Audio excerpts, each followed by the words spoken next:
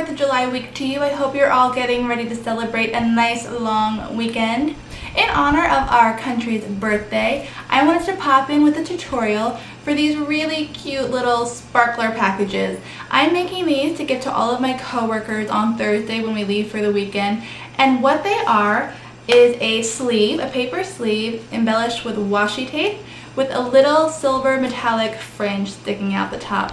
And then each pack has 5 sparklers in it. So this is just a really sweet, thoughtful gift to give people as they leave to celebrate for the holidays. It'd also be great to have at your party if you're hosting people for the 4th of July weekend, or really great to adapt to any other celebration you might be hosting or attending this year. You could easily switch out the washi tape and the fringe color to make this suitable for a wedding or a birthday, anything that you might want to celebrate with sparklers, and who doesn't love sparklers? So please keep this tutorial in mind only as step-by-step directions and not as a hard and fast 4th of July craft. And also, if you do adapt this to anything or make these for the 4th of July, please let me know. I'd love to see what you guys do.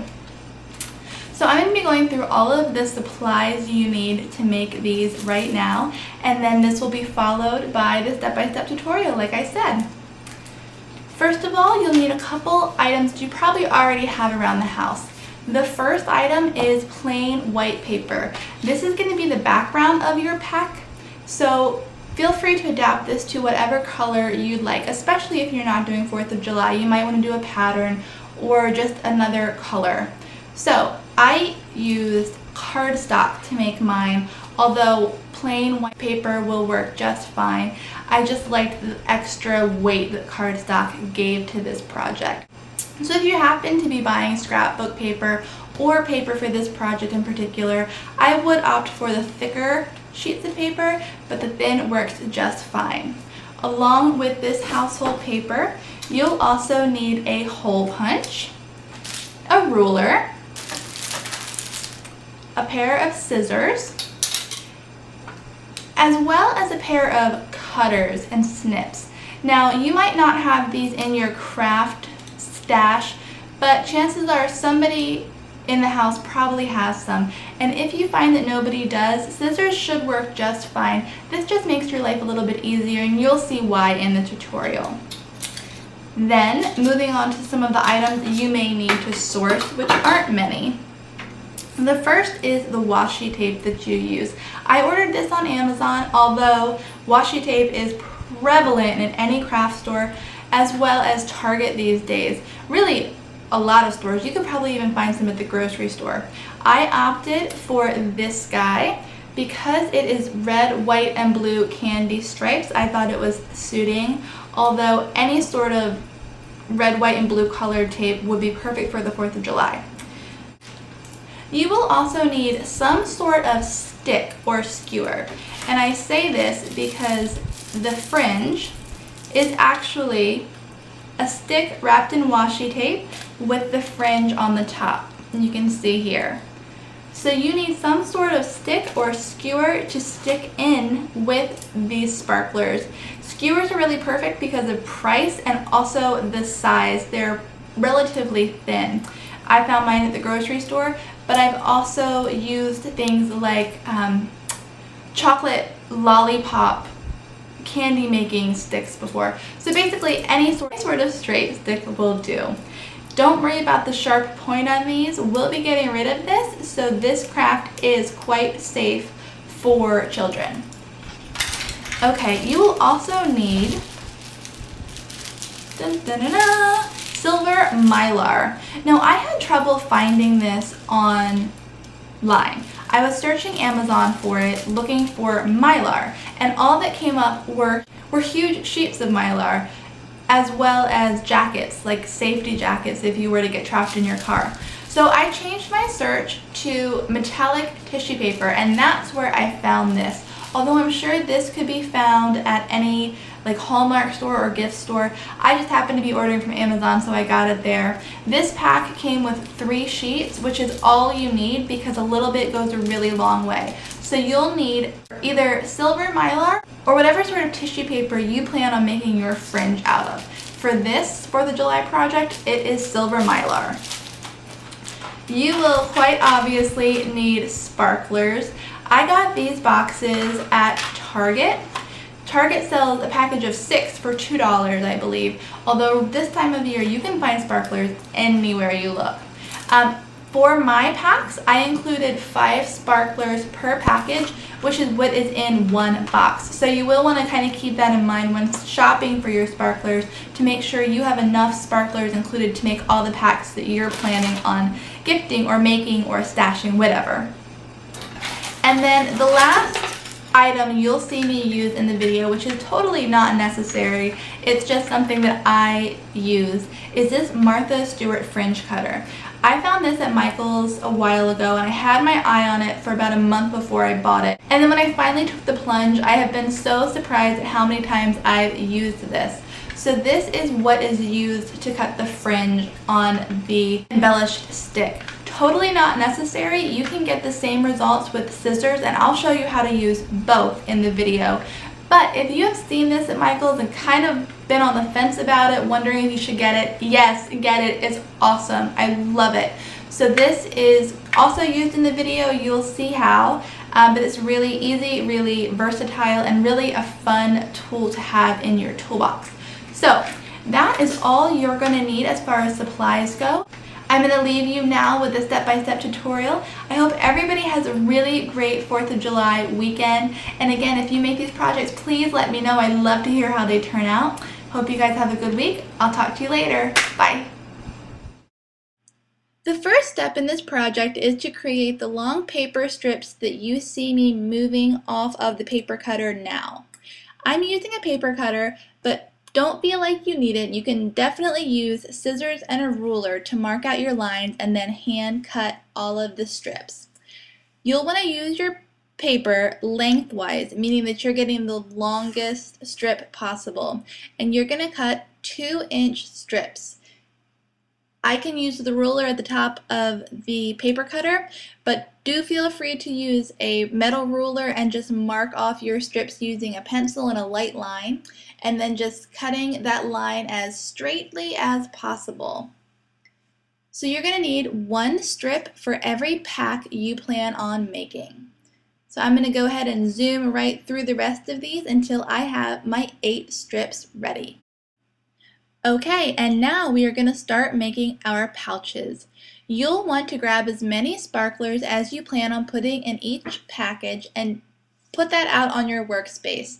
Then, grabbing 1 strip of paper, you'll want to lay all of the sparklers evenly, a little bit closer to the top than to the bottom, because the folded over section of paper at the top is smaller than the folded over section at the bottom. So keeping those sparklers in there, you'll see that I am just making a slight crease and then a hard fold right where I want that top fold to be. Then stick your sparklers back in there, push them tight to that top crease, and then fold the bottom half over. Now if you're using scrapbook paper, that's slightly larger than this cardstock printer paper I'm using. Therefore, your folded over section will be a little larger. I recommend putting that extra amount of paper length at the bottom. Now, using your hole punch, punch a hole square in the center of your top folded over flap. This is going to be the hole that the fringe stick gets inserted through to be placed in the pouch next to the sparklers. Now, grabbing your washi tape, you'll tear off your first piece, which should be long enough to just overlap the edges, the top and bottom edge of your pouch. You can tear that off and then flip this pouch over to the back side. It'll be easier for adhering tape. And you're going to put that slightly less than halfway through the thickness of the washi tape. As you can see here, it's kind of transparent where there's no paper backing it and opaque where the paper is. And then you're going to flip it over and pull that washi tape as evenly as possible to the front, sealing down the tab on both the top and the bottom side of your pouch. And you can see here how much extra washi tape I had hanging over the top and the bottom. Just grab a pair of scissors and trim that off. Next, you're going to want to grab your bunch of sparklers and insert them into your pouch, which is halfway sealed up at this point, making sure the sparkler end is at the same end that you have punched your hole. Might be a little tricky slipping them in there because it's a tight fit, but once they're in there, you can go ahead and repeat the same washi tape process that you did on the first side to the second side. There you see my pre-measured piece, and I'm going to stick that down to the front, making sure I get those tabs on the top and the bottom, those folded over sections, taped down nice and snugly. Flipping to the back, I bring my washi tape and secure it there, and then using your fingers, you'll just want to make sure there's a really good seal on both sides of your pouch. Grab your scissors, trim the second side of your washi tape at the ends, and your pouch is complete. Now we just need the fringe embellishment to set it off.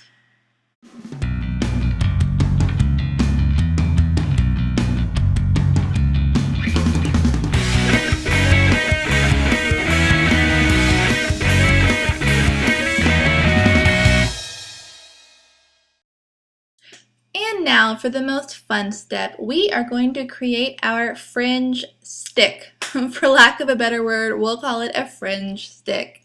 So as you can see, this is the Mylar fringe atop a skewer that I had coated with the washi tape that I showed you earlier, the blue and white striped washi tape. So you're going to want to grab your skewers or whatever kind of stick you're using, and I'm sorry you can't see it there, I have my Snips in my hand. And you're actually going to trim the sharp end of your skewers or whatever sticks you have so that it's about the height or the distance from your hole punch to the bottom of your pouch. You don't want to have this stick popping out the top of your hole punched hole very far. Ideally, it should be just that length. So be careful if you are using snips and skewers because the sharp ends tend to go flying. As you can see there, it just kind of shot off the end of my skewer. So be careful, and maybe if you're doing this project with children, you'll want this to be a step that you do rather than them. So once those guys are all trimmed to the perfect height, we are ready to move on. I've cleared the workspace and it's now time to make the fringe. So you're going to grab your Mylar, and I'm going to show you how to create this really great fringing that wraps around your skewer to create that bushy effect that you see to the left there. When you unpack your Mylar sheets, there's going to be natural creases from the packaging. So I grabbed all 3 sheets that were stuck pretty firmly together, or kind of suctioned together. You'll know what I mean when you pull your sheets out. And I just followed that first natural crease from the packaging using my scissors. I'm going to cut right along the line there that's creased, but be sure that you're cutting short ways. You don't want to go long ways. The short length is perfect for this project, and you'll see that once I have that first cut made, I fold that in half and then cut again. And because these sheets of Mylar are packaged with 3 sheets, I'm actually working with 6 individual Mylar sheets here. Although it looks like 2, you'll see I can pull each little pack apart and there's actually 3 sheets there. So I don't recommend doing this. I just pulled this apart to show you. If you can actually keep your Mylar sheets nice and tight together with like the suction of that metallic sheet, it's ideal. It won't separate and it'll be easier to make your cuts that way. So here I am trying to get mine back together, but I'm glad that you guys now know what I mean. Okay, once your Mylar is cut into strips that are about 7 by 3 inches, it's time to cut the fringe into them. You'll see I'm grabbing that Martha Stewart fringe cutter that I talked to you about in the intro to cut my fringe. I'm also going to be showing you how to use scissors next. But this, again, is a really fun tool, and basically what it is blades that cut your paper, your Mylar, whatever you insert in there, into perfectly parallel lines. This has 4 cuts per swipe, And there are really detailed instructions in the packaging, so I'm not going to go into them now, but I just wanted to show you how cool this tool is and how fast it is. I've adjusted the blade to be the right length, and now you see you just push down and pull towards you, and when I open this up, you'll see I already have actually 5 cuts. It's 5 cuts, not 4. And then you just move that on down and keep going. Like I said, I really loved this tool. I'm glad I purchased it. I've created a whole bunch of banners, like fringe banners, to hang around the house, so it's really fun. So that's the basic gist of this tool. It's cutting those parallel lines for you. If you don't have this tool, it's quite obvious how you would use hand scissors to create the same effect. You would just make the snips parallel along the length of your Mylar. You're wanting to make sure that you don't create cuts that go all the way to the edge of your Mylar. I have about, I'd say it's at least a ½ an inch at the top where the strips are not cut. So I'm going to go ahead and store that tool away, and you'll see that I have a strip of Mylar about 7 inches long with even cuts going into it all the way to about the ½ an inch mark. Okay, so that's the Martha Stewart way, and now I'm going to show you how you can just as easily get the same result using a pair of scissors. So I'm grabbing my bunch of Mylar, again this is 3 sheets together, and just grab your scissors and going down the whole length of your Mylar, make those even cuts, just like I've said about 15 times now. I'm sorry to be repeating myself, but I just want to make sure that everybody knows you can do this project without that Martha Stewart tool, although it does make it a lot more fun. So you're going to want to cut as many Mylar sheets as packages you're making. I'm making 8 packages, so I'm going to cut 8 Mylar sheets. Once these are all cut, we are ready to move on to the next step and assemble our fringe sticks.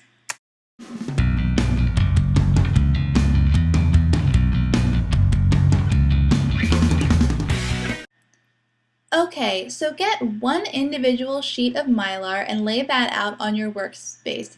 If you're a righty like me, you'll want the fringe to be facing to the left and your skewer to be facing to the right. If you're a lefty, you'll just swap this. Now, align your skewer so that the fringe is overlapping by at least a ½ an inch.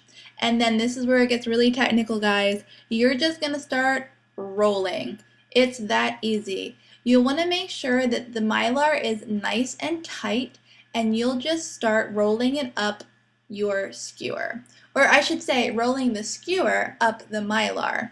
You'll see that the Mylar fringe is going to want to start to fold back on itself and kind of get in the way of where you're rolling. So you'll want to keep an eye on that as you go, just using your fingers to pull it back out of the way. You're seeing me do it here all along the way. It's a little bit annoying, but that's okay. If it does happen to get bunched up, don't worry about it. It'll just add to the bunchiness of your fringe, which is a good thing. So no worries. This is another project where it doesn't have to be perfect, and in fact, imperfection adds to it. So you'll see that I'm coming to the end of my fringe, and I just continue to wrap it tightly along the skewer, making sure the ends are not getting tucked in.